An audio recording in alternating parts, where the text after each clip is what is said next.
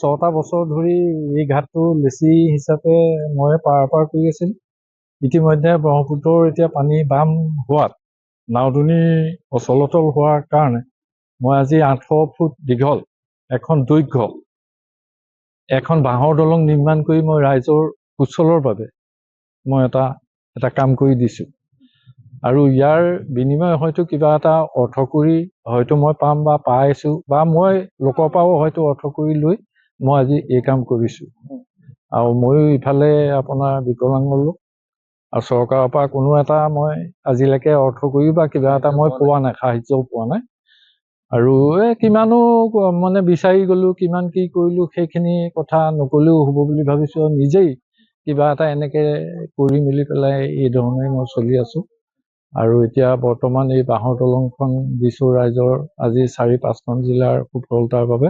আৰু ৰাতি বিয়লি কেতিয়াবা আপোনাৰ বেমাৰী আজাৰে হয়তো মানে হেৰিয়ালে নিবলগীয়া হৈছে, আনিবলগীয়া ক্ষেত্ৰতো কেতিয়াবা অসুবিধা হৈছে।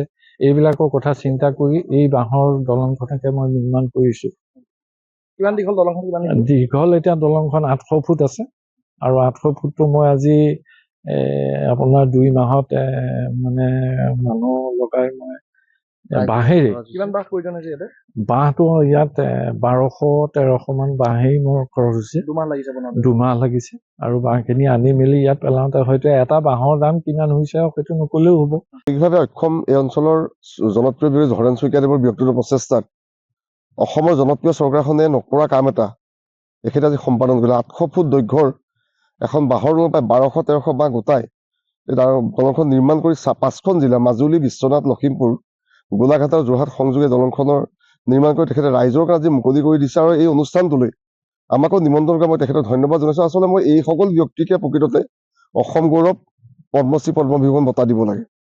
যিজন শাৰীৰিক অক্ষম আমি সদায় দূৰ বুলি ভাবি থকা মানুহ, ইমান যে মৰসা কৰিলে আৰু 5খন জিলাৰ মানুহক প্ৰতিনিধিত্ব কৰি এই অঞ্চলৰ ৰাইজক সকাহ দিবৰ কাৰণে এইটো কাম মই তেখেতক ধন্যবাদ জনাইছোঁ। আৰু অসম চৰকাৰৰ এটা আহ্বান থাকিব যে শাৰীৰিকভাৱে অক্ষম এজন ব্যক্তি যদি এখন 800 ফুটীয়া দলং নিৰ্মাণ কৰি 5খন জিলাৰ ৰাইজৰ সুচলতাৰ কাৰণে যদি তেখেতে ৰাইজক অৰ্পণ কৰিব পাৰে, যে আপোনালোকৰ নিচিনা 1000 কোটি টকা থকা চৰকাৰ এখনে ইয়াত এখন বাঁহৰ দলং নিৰ্মাণ কৰি দিব কিয় নোৱাৰে?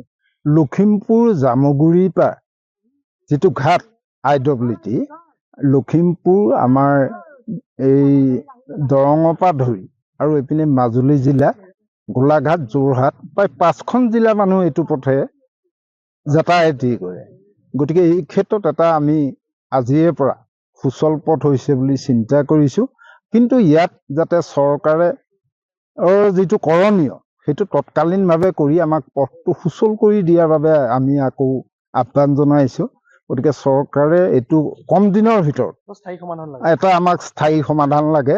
যিকোনো খবৰৰ বাবে যোগাযোগ কৰক 7099017330 লগতে 7099017110 নম্বৰত।